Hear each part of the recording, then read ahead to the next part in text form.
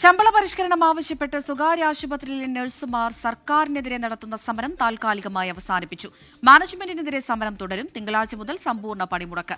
40,000 അടിസ്ഥാന ശമ്പളം നൽകുന്ന ആശുപത്രികളെ സമരത്തിൽ നിന്ന് ഒഴിവാക്കുമെന്നും UNA ദേശീയ അധ്യക്ഷൻ ജാസ്മിൻ ഷാ പറഞ്ഞു.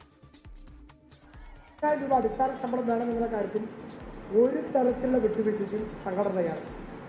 സർക്കാരിനെതിരെയുള്ള സമരം ഞങ്ങളിവിടെ താൽക്കാലികമായി അവസാനിപ്പിക്കാൻ തീരുമാനിച്ചു. ഞങ്ങൾ പ്രഖ്യാപിച്ചിട്ടുള്ള തുടർന്നുകൊണ്ടിരിക്കുന്ന സമരം അതാത് ആശുപത്രി കേന്ദ്രങ്ങളിലേക്ക് മാറ്റുവാനും സർക്കാർ വിജ്ഞാപനം വന്നാൽ നടപ്പിലാക്കുമെന്ന് പ്രഖ്യാപിച്ച മാനേജ്മെന്റുകൾ വളരെ കൃത്യമായി 40,000 രൂപയ്ക്ക് അടിസ്ഥാന ശമ്പളമാക്കണമെന്ന് ആണ് സംഘടനയ്ക്ക് പറയാനുള്ളത്.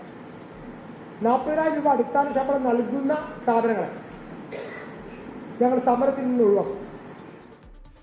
ലോകത്തെവിടെയായാലും ഏത് സമയത്തും 24 വാർത്തകളും ഓഗ്മെന്റഡ് റിയാലിറ്റി പാക്കേജുകളും എക്സ്പ്ലെയിനറുകളും വിശദമായി കാണാൻ ഞങ്ങളുടെ YouTube ചാനൽ നിങ്ങൾക്ക് സബ്സ്ക്രൈബ് ചെയ്യാം.